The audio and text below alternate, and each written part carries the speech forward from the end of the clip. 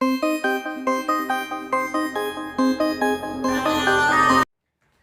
Dear student, मैं हूं dear x Paul और आज की क्लास में आपका बहुत बहुत स्वागत है। पिछली क्लास में हम लोगों ने बात की थी सेल वॉल की और एंडोमेम्ब्रेन सिस्टम की। आज की क्लास में हम लोग बात करने वाले हैं अंतःप्रदेवी जालिका, जिसे हम लोग कहते हैं एंडोप्लाज्मिक रेटिकुलम, और यहाँ से भी बहुत ज़्यादा क्वेश्चन देखने को मिले हुए हैं। तो चलिए इसे स्टार्ट करते हैं। तो हम लोग बात करते हैं एंडोमेम्ब्रेन सिस्टम की, जिसको अंतःप्रदेवी जालिका हम लोग कहते हैं। और इससे पहले भी मैंने आपको बताया था, जब आपको यूकैरियोटिक कोशिका मैंने पढ़ाई थी, कि ये जो है 2 टाइप से होते हैं। कौन कौन से होते हैं? तो एक तो होती है खुरदरी अंतःप्रदेवी जालिका, अंतःप्रद्रवी जालिका। एक तो इतना बड़ा नाम है इसका, पर आप याद रख सकते हो RER, ठीक है। इसका फुल फॉर्म क्या होता है? Rough endoplasmic reticulum. क्लियर है? तो आपको ये याद रखना है, एक तो एंडोप्लाज्मिक रेटिकुलम होता है, वो रफ होता है, जिसको RER कहते हैं हम लोग। सेकंड हम लोग बात करते हैं, तो जो दूसरा होता है वो होती है मेल फीमेल आप लोग समझ लेना, चिकनी अंतःप्रदेवी जालिका, चिकनी अंतःप्रद्रवी जालिका, ठीक है, जिसको हम लोग लिखते हैं SER, यानी कि स्मूथ एंडोप्लाज्मिक रेटिकुलम। क्लियर है? तो आपको ये याद रखना है कि एंडोप्लाज्मिक रेटिकुलम की बात करें तो 2 टाइप से होता है, एक होता है रफ और एक होता है स्मूथ। तो इसके बेस पे हम लोग देख लेते हैं, रफ वाला रफ क्यों होता है भाई, ऐसा क्या होता है इसमें? तो आपको ये याद रखना है कि इसमें जो है राइबोसोम उपस्थित होते हैं। इसमें क्या उपस्थित होते हैं? राइबोसोम, ठीक है। जब मैंने आपको यूकैरियोटिक कोशिका बताई थी, तो वहां पे मैंने बताया था, जो मैं यहाँ पे नहीं लिखूंगा, कि जो केंद्रक झिल्ली होती है उसके पास में जो एंडोप्लाज्मिक रेटिकुलम होती है उसको रब कहते हैं, और उसके ऊपर एक दानेदार जो है स्ट्रक्चर होता है, कण लगे होते हैं। तो कई बार खुरदरी अंतःप्रदेवी जालिका को कणी की जो है अंतःप्रदेवी जालिका भी कहते हैं। तो क्यों कहते हैं? वो कहते हैं राइबोसोम की वजह से। और चिकनी अंतःप्रदेवी जालिका वो होती है जिसमें किसी भी प्रकार का कोई कण नहीं होता है, यानी कि राइबोसोम उपस्थित नहीं होता है। क्लियर है? तो राइबोसोम जो है इसमें उपस्थित नहीं होता है, इसका मतलब क्या होता है? ये अनुपस्थित होता है। क्लियर है? अब याद रखना, आपको लगेगा कि अरे सर तो बहुत कम पढ़ा रहे हैं, सर ने ये भी छोड़ दिया, वो भी छोड़ दिया, ये भी छोड़ दिया, सब छोड़ दिया। मैं आपको सिर्फ वो पढ़ा रहा हूँ जो नीट और PNST, PVT, PAT या आपके एग्जाम पॉइंट ऑफ व्यू से, मान लो आप 11th में भी हो, तो उसके लिए इंपॉर्टेंट है। क्लियर है? तो हमको देखो, मेरा मानना है कि आपको साइंटिस्ट नहीं बनना है। किताबों में तो अलग अलग किताबों में बहुत अलग अलग दिया हुआ है, लेकिन यहाँ पे लिमिटेड डाटा ही रख सकते हैं। तो मैं उतना ही डाटा आपको देता हूँ जितने से आप नीट निकाल पाओ या अदर एग्जाम निकाल पाओ। क्लियर है? चलो, तो और एक बात और, नीट या कोई भी एग्जाम जो निकलता है ना, मेडिकल एंट्रेंस एग्जाम, वो निकलता है कि जब आप कॉम्प्लेक्स चीज को सिंप्लीफाई कर देते हो, यानी कि बहुत कठिन चीज को जब सरल चीज में तोड़ देते हो, तो वो जो है निकलना, मतलब उसको करना बड़ा आसान हो जाता है। जैसे हमारी बॉडी में देख लो, डाइजेस्टिव सिस्टम, हम लोग इतनी बड़ी बड़ी रोटी खाते हैं, जितनी भी बड़ी आप खाते हो, लेकिन उसको छोटे छोटे कणों में तोड़ दिया जाता है, उसी को तो पाचन कहते हैं, और पाचन बड़ी अच्छे से हो जाता है। तो याद रखो, अगर आपको एग्जाम में निकालना है तो जो बड़े बड़े टॉपिक है, कठिन टॉपिक है, उसको सरल इसमें तोड़ देंगे तो बड़ा इजीली हम लोगों से हो जाएगा। चलिए स्टार्ट करते हैं। इसके बाद हम लोग यहाँ पर बात करते हैं नेक्स्ट। तो यहाँ पे जैसा कि राइबोसोम इसमें उपस्थित है, राइबोसोम आपको पता ही है क्या करता है, ये प्रोटीन बनाता है। तो आपको ये याद रखना है कि यहाँ पे रफ एंडोप्लाज्मिक रेटिकुलम का काम क्या है? इसका काम है प्रोटीन संश्लेषण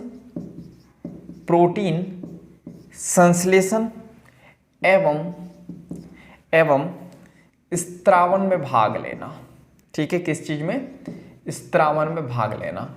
स्त्रावन यानी कि सेक्रेशन। प्रोटीन संश्लेषण क्या होता है? प्रोटीन संश्लेषण का मतलब होता है यहाँ पे प्रोटीन को बनाने की प्रोसेस। तो अगर कोई चीज बना रहा है तो उसको देगा भी तो स्त्रावित भी तो करेगा, तो स्त्रावित का मतलब होता है देना। क्लियर है? इसके बाद हम लोग बात करते हैं नेक्स्ट।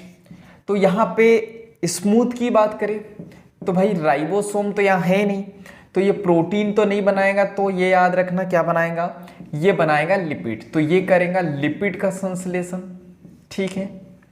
और इसके साथ ये जो है स्टेरॉयडल हार्मोन बनाएगा, स्टेरॉयडल हार्मोन यहाँ पे ये बनाता है, तो ये आपको याद रखना है।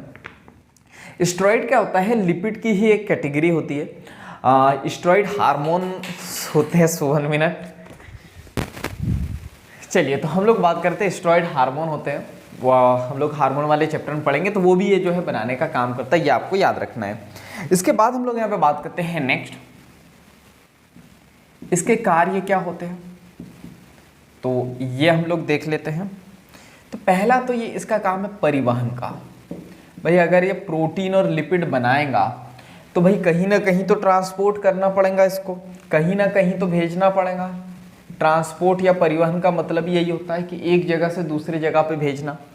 इसके बाद हम लोग जैसे आम जो है खुद अपने, आम का जो पेड़ है खुद अपने आम नहीं खाता है, वैसे ही प्रोटीन लिपिड का इनको कोई काम नहीं है, दूसरी जगह भेज देते हैं।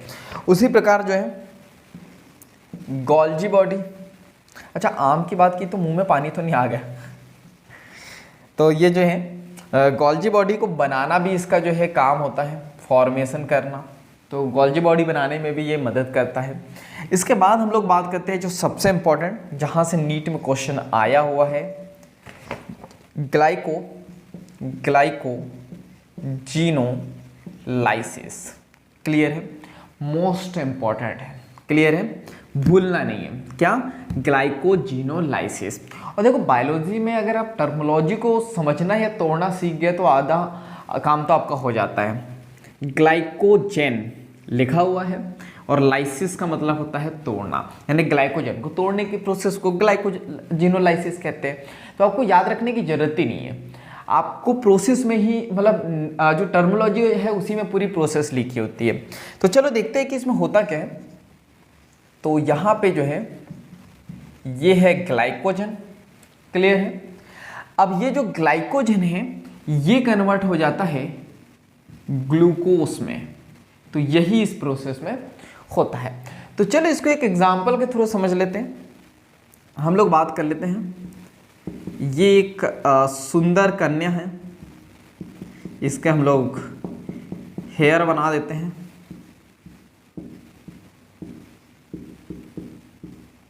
तो ये मैंने बना दी एक सुंदर कन्या, ठीक है।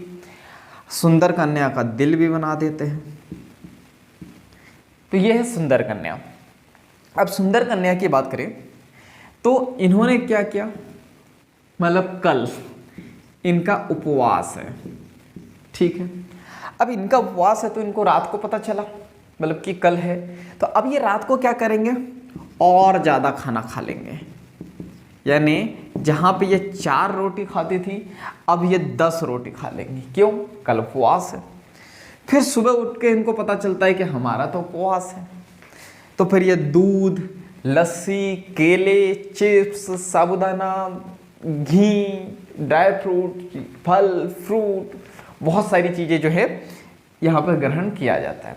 अब ध्यान से आप देखोगे, साबूदाने में फैट ज़्यादा, दूध में प्रोटीन ज़्यादा, फैट भी होता है, और फल फ्रूट में भी प्रोटीन ज़्यादा होता है, कार्बोहाइड्रेट ज़्यादा होता है। तो सारी वो चीज़ खाई गई जिसमें ज़्यादा से ज़्यादा एनर्जी मिले। फिर ये कन्या कहती है दूसरी इसकी बहन को कि बहन तेरा तो उपवास भी नहीं है, फिर भी तेरी एनर्जी लेवल बहुत डाउन है, और मेरा तो उपवास रहने के बाद देख मेरी एनर्जी कितनी है, अभी तो मैं कुछ भी कर सकती हूँ। क्यों कर सकती है, क्योंकि पहले एनर्जी बहुत ज़्यादा थी, दिन भर एनर्जी बहुत ले ली। मान लो कि यहाँ पे जो है इनके पास 38 ATP बने और मात्र इन्होंने जो है 8 ATP खर्च किए, क्योंकि उपवास है, उपवास वाले दिन काम भी नहीं करते हैं। तो बचे कितने, 30 ATP बच गए। अब बच गए तो इसको फेंकेंगे तो नहीं, तो अब ये जो है, ये जो एनर्जी है ये ग्लाइकोजन के रूप में जो है स्टोरेज हो जाती है हमारी बॉडी में। कहाँ होती है, तो ये होती है लीवर में, लवर नहीं, कहाँ, लीवर, जिसको यकृत कहते हैं। अब क्या होता है कि अगर ये व्यक्ति 3 दिन भी खाना ना खाए तो होगा क्या कि ये जो ग्लाइकोजन है वो धीरे धीरे जो है ग्लूकोज में कन्वर्ट होते चले जाता है।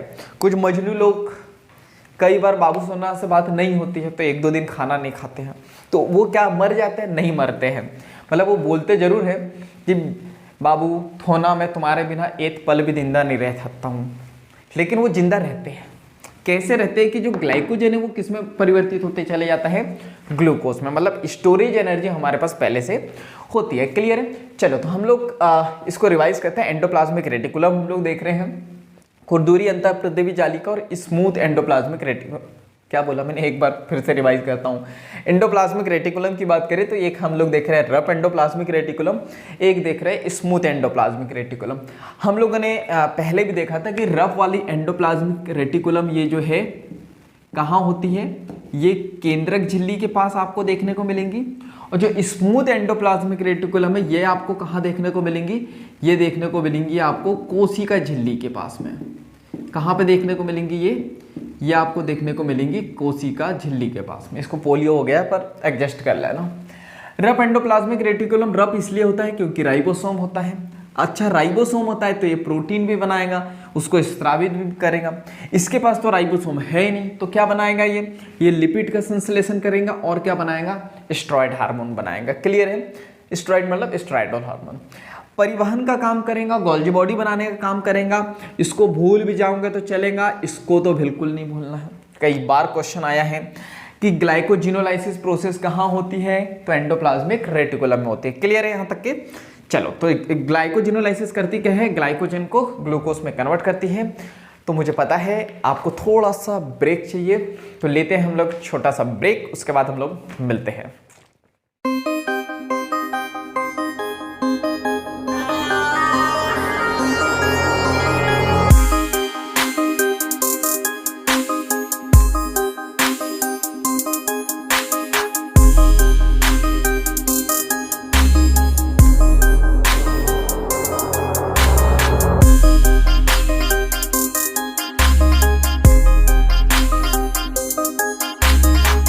तो चलिए ब्रेक यहाँ पे होता है खत्म। नेक्स्ट टॉपिक स्टार्ट करते हैं हम लोग, जिसका नाम है गोल्जी काय। तो चलिए स्टार्ट करते हैं। गोल्जी काय यानी कि गोल्जी बॉडी। तो गोल्जी बॉडी के बारे में हम लोग बात करें तो यहाँ पे कैमिलो गोल्जी नामक एक वैज्ञानिक थे। तो इन्होंने सोचा कि क्यों ना अपने ही नाम पे इस कोशिकांग का नाम रख दिया जाए। तो इस तरह यहाँ पे इन्होंने जो है गोल्जी बॉडी की खोज कर ली। अच्छा, कहाँ की थी, तो ये की थी तंत्रिका कोशिका में। ठीक है, ये आपको याद रखना है, कहाँ की थी, तंत्रिका कोशिका में। इसके बाद हम लोग बात करते हैं, जहाँ से क्वेश्चन आया हुआ है, इसका मुख्य कार्य क्या होता है। ठीक है, तो ये आपको याद रखना है कि गोल्जी बॉडी का जो मुख्य कार्य होता है, इंपॉर्टेंट कार्य, वो क्या होता है। तो इनका मुख्य कार्य होता है, दाव को पोलियो हो गया शायद, हाँ पोलियो तो हो गया इसको। सो 1 मिनट। द्रव्य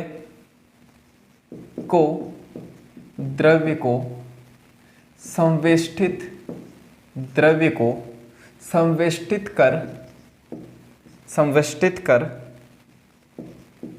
अंतर कोशिका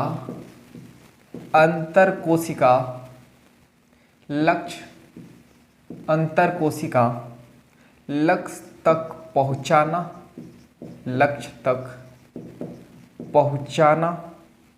या फिर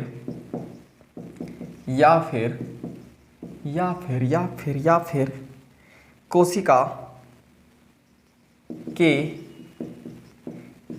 के बाहर स्त्रावन करना। और कुछ लोग बोलेंगे है भगवान, है माताजी, इतना लंबा लिख दिया, क्या है इसका मतलब। तो इसका मतलब हम लोग पूरी प्रोसेस में समझने वाले हैं। तो अभी रिलैक्स करो वरना दिमाग की नस फट जाएंगे। चलो हम लोग देखते हैं। तो डायग्राम बनाते हैं गोल्जी बॉडी का। तो कुछ इस टाइप से संरचना देखने को मिल जाएंगे हमको।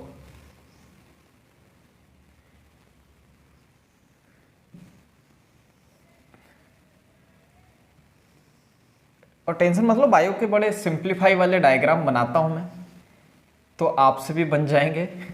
मैं भी कोई पेंटर नहीं हूँ और मुझे पता है आप भी कोई पेंटर हो नहीं, जो बहुत अच्छे अच्छे डायग्राम आप बनाओगे या मैं बनाऊंगा। तो हम लोग पूरी बायो को जो है ना बड़ी सिंप्लीफाई वे में पढ़ने वाले हैं। तो बायो से प्यार हो जाएगा आपको, फिर भूख भी नहीं लगेगी, प्यास भी नहीं लगेगा, वही वाला प्यार हो जाएगा, बायो पढ़ने का मन करेगा। तो चलिए हम लोग देखते हैं, और होना भी चाहिए बायो से प्यार। अगर बायो से प्यार नहीं होगा तो फिर नीट कैसे निकलेगा, क्योंकि 360 नंबर की नीट में सिर्फ बायो ही बायो आती है। पीएनएसटी की बात करूँ तो 60 नंबर सिर्फ जो है बायो से आते हैं, और 70-80 में सिलेक्शन हो जाता है। तो इसलिए बायो से प्यार होना भी बहुत ज़रूरी है। चलिए तो हम लोग बात करते हैं, हम लोगों ने ये डायग्राम बनाया, अब इसको थोड़ा सा अटैच हम लोग कर देते हैं। तो ये कुछ जाले मैंने बना दिए, मकड़ी के जाले जैसी संरचना।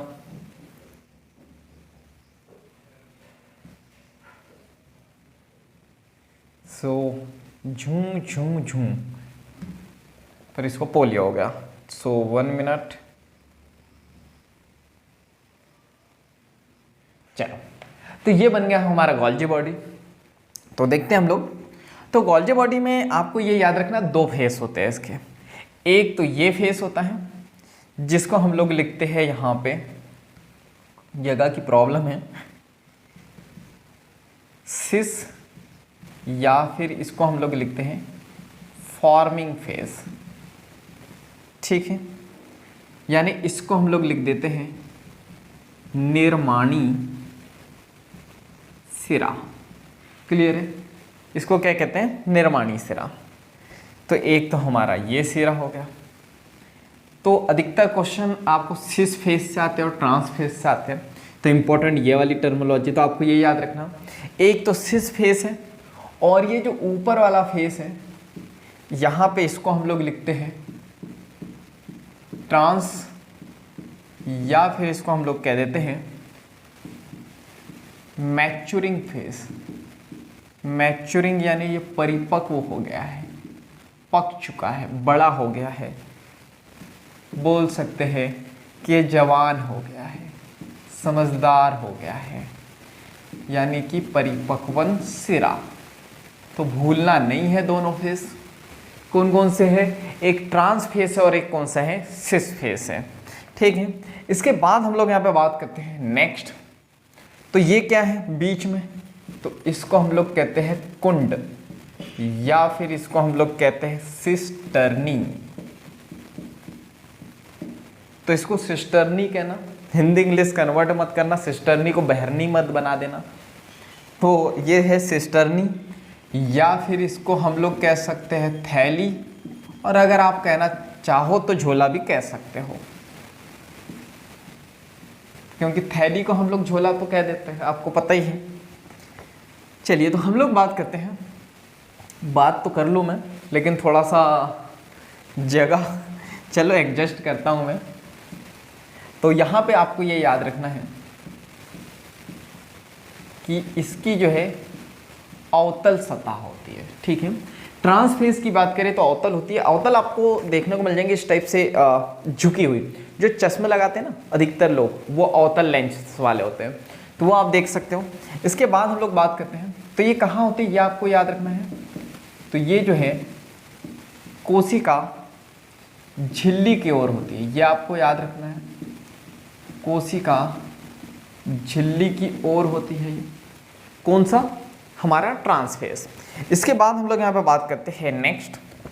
तो यहाँ पे मैं सिस फेस की बात करूँ तो ये इसकी होती है उत्तल सतह। ठीक है, यानी जो है कॉन्वेक्स जो है लेयर होती है या सतह होती है, ये आपको याद रखना है। तो उत्तल आपने जो है गाड़ी के शीशे देखे होंगे बस वगैरह के, तो वो ऐसे होते हैं। ठीक है, तो उसको कहते हैं उत्तल सतह। ये कहाँ होती है तो आपको ये याद रखना है। उसका अपोजिट ये होती है केंद्रक झिल्ली, केंद्रक झिल्ली या फिर ईआर की ओर। अच्छा, ईआर का मतलब क्या है? ईआर का मतलब है एंडोप्लाज्मिक रेटिकुलम। अभी इससे पहले हम लोगों ने पढ़ा था। इसके बाद हम लोग यहाँ पे बात करते हैं नेक्स्ट। तो आपको ये याद रखना है कि ये जो कुंड है या सिस्टर्नी है, ये चपटी डिस्क आकार की होती है। ठीक है, क्या होती है? चपटी डिस्क आकार की ये होती। अच्छा एक बात बताऊँ मैं आपको, जब हम लोग स्कूल में पढ़ते थे तो एक मेरा दोस्त था, उसको हम लोग डबल बैटरी करके चढ़ाते थे। तो जब भी हमारे टीचर बैटरी बोलते थे ना, हमको बड़ा आनंद आता था अंदर से। एक मेरी सिस्टर है जिसका नाम हम लोगों ने रखा है चपटी। तो जब ऐसा शब्द आते और कोई बार बार चपटी बोले, क्योंकि आप तो मुझे रोक भी नहीं सकते शब्द बोलने से, और आप भी नहीं रोकोगे भैया, आपको तो पढ़ना ही है ये। तो मुझे कमेंट्स में बताना कि क्या ऐसी टर्मिनोलॉजी में आपके दोस्त या आपका नाम आता है, अगर आता हो तो बताना मुझे। चलो, तो ये जो है चपटी डिस्क आकार की होती है। इसके बाद व्यास इसका जो है 0.5 से लेके 1.0 माइक्रोमीटर ये जो है होता है, ये आपको याद रखना है। क्लियर है? कि सिस्टर्नी की बात करें तो इसका व्यास क्या होता है, डायमीटर 0.5 से लेके 1.0 माइक्रोमीटर। इसके बाद हम लोग बात करते हैं, अब ये जो थैली की बात करूँ या कुंड की बात करूँ, अगर ये समांतर, इसका जो समानांतर है, तो 1 मिनट,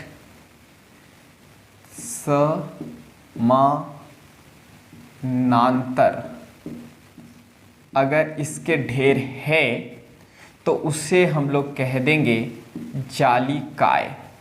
तो यह आपको याद रखना है कि ये जो कुंड है एक के ऊपर एक के ऊपर एक के ऊपर एक जमे होते हैं, यानी समांतर ढेर होता है, तो जिसे हम लोग क्या कहते हैं, जालिकाय कहते हैं। इसके बाद हम लोग यहाँ पे बात करते हैं नेक्स्ट हम लोग बात करने वाले हैं मोस्ट इम्पॉर्टेंट, जहाँ से सबसे ज़्यादा क्वेश्चन आते हैं। तो आपको ये याद रखना है कि ये जो गोल्जी बॉडी होती है ना, उसका एक स्ट्रक्चर होता है जिसको हम लोग लिखते हैं यहाँ पे पुटिका यानी कि वेसिकल्स। ठीक है, तो अब इस पुटिका की बात करें तो यहाँ से बहुत सारी चीज़ें जो है ना, यहाँ से इंटर करती है, यानी प्रवेश करती है। तो कौन सी वो चीज़ होती है, तो वो आपको याद रखना है। वो जो चीज़ होती है, सो 1 मिनट, थोड़ा सा स्पेस बना लूँ मैं ताकि ये टॉपिक यहीं पे अच्छे से फिनिश हो जाए। तो जैसा कि हम लोगों ने देखा, ये है, यहाँ पे इसको कहते हैं पुटिका। ठीक है, यानी कि वेसिकल्स। तो अब इस वेसिकल्स की बात करें तो हम लोगों ने बोला बहुत सारी चीज़ें यहाँ से इंटर करती है, यानी कि प्रवेश करती है। तो इस पुटिका में कहाँ से कुछ चीज़ें आती हैं, तो आपको ये याद रखना है, ईआर से यहाँ पे संवेष्टित, ईआर से संवेष्टित द्रव्य। संवेष्टित का मतलब होता है स्टोरेज। तो ईआर यानी कि एंडोप्लाज्मिक रेटिकुलम से जो भी मटेरियल इसको मिलेगा, जो भी द्रव्य मिलेगा, उसको स्टोरेज करेंगे और कहाँ डालेंगे, पुटिका में। ठीक है, अब इस पुटिका में डाल देंगे तो ये तो बात क्लियर हो गई कि ये मटेरियल यहाँ जाएगा, फिर यहाँ जाएगा और फिर क्या हो जाएगा, यहाँ से बाहर हो जाएगा। तो अब हम लोग यहाँ पे बात करते हैं जो ईआर है। अब यहाँ ईआर से मटेरियल कहाँ जा रहा है, गोल्जी बॉडी में। तो इससे हमको एक बात समझ में आ जाती है कि जो गोल्जी बॉडी है, ये गोल्जी बॉडी से निकटतम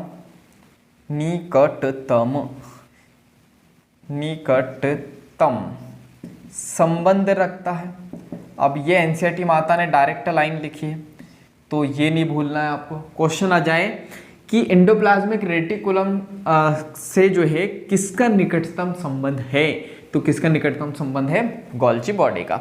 इसके बाद हम लोग बात करते हैं भाई ईआर जो है, ईआर से जो है संवेष्टित द्रव्य कहाँ जा रहा है, पुटिका में। और ईआर हमें पता है कि इसमें जो है क्या होता है, एक तो हमारे पास इसमें लिपिड भी होता है और प्रोटीन भी होता है। तो ये यहाँ पे जो है प्रोटीन संश्लेषण ईआर करता है, ये हमको पता है। तो अब हम लोग बात करते हैं ये कहाँ जाएगा, तो आपको ये याद रखना है, ये ट्रांस सिरे ट्रांस सिरे से पूर्व, ठीक है, ये मटेरियल कहाँ जा रहा है, मतलब ये जो प्रोटीन संश्लेषण वगैरह है और ग्लूकोज वगैरह और भी चीज़ें हैं, तो यहाँ से ये चीज़ें यहाँ गई, अब कहाँ जाएंगी, यहाँ पे कुंड में, ठीक है। तो कुंड में जाएंगे तो आपको ये याद रखना, ये है सिस फेस, तो सिस फेस से जो है सिरे से पूर्व यानी कि पहले, यहाँ पे पूर्व, सॉरी ये है ट्रांस, ठीक है। तो ये ट्रांस सिरे से पूर्व जो है यहाँ पे कुंड में यहाँ पे जो है रूपांतरित हो जाते हैं, ठीक है। कुंड में क्या हो जाता है इनका, ये रूपांतरित हो जाते हैं। अब यहाँ से मेन बात समझना, क्या बताया मैंने कि यहाँ पे ER से जो भी संविष्टित द्रव्य होता है, प्रोटीन लिपिड वगैरह, वो वेसिकल से जाता है, वेसिकल से आगे कहाँ जाएगा, कुंड में। ट्रांसफेज से पहले क्या आता है, कुंड आता है। तो यहाँ पे कुंड में ये जो सारी चीज़ें इनका रूपांतरण हो जाता है। तो अब कुंड में जाएगा क्या क्या, तो ये आपको याद रखना है, कुंड में यहाँ पे जाएगा ग्लूकोज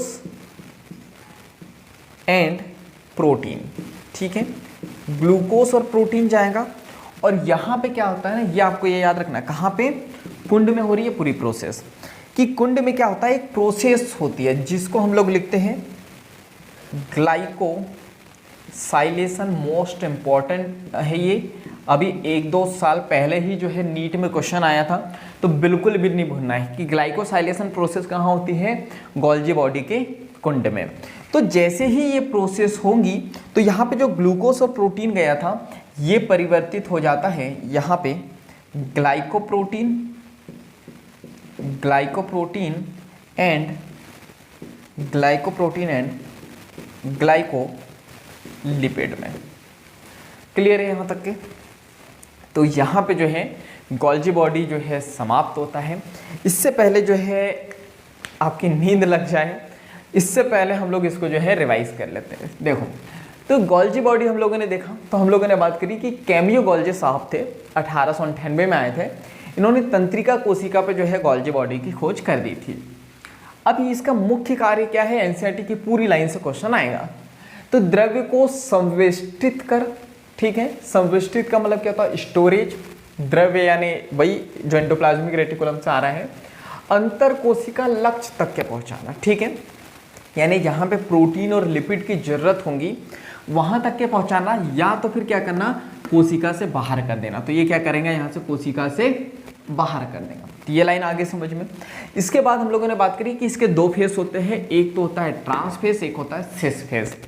ट्रांस वाले फेस की बात करें, ये अवतल होता है और कोशिका झिल्ली की तरफ होता है। क्लियर है। अगर ये हमारी कोशिका है, ये हमारा केंद्रक है, यहाँ पे हमारा ये मैंने बना दिया गोल्जी बॉडी, तो ये कहाँ है, कोशिका झिल्ली की तरफ। क्लियर है, इस टाइप से।